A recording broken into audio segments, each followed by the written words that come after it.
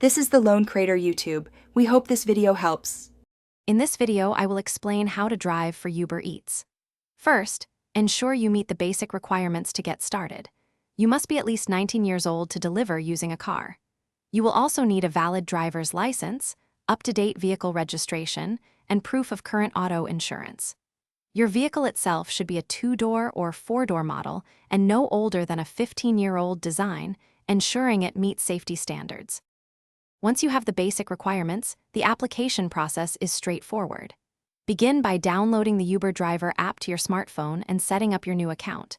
You will then be prompted to upload clear, readable photos of your driver's license, vehicle registration, and insurance documents. After submitting these, you will consent to a background check. This usually processes within 3 to 5 business days. Upon approval, you are ready to start delivering.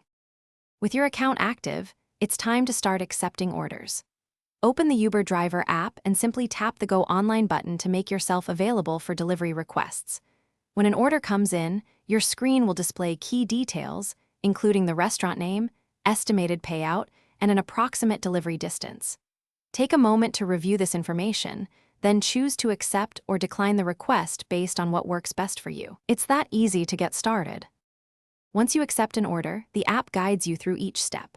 First, drive to the restaurant, confirm the order details with staff, and ensure all items are included. Next, use the in-app GPS to navigate efficiently to the customer's specified drop-off location. Remember to deliver with a friendly and professional attitude, whether it's a contactless drop-off or a direct handoff. A positive delivery experience often leads to better ratings and tips, which benefits everyone. Thanks for watching. Consider subscribing if we helped you.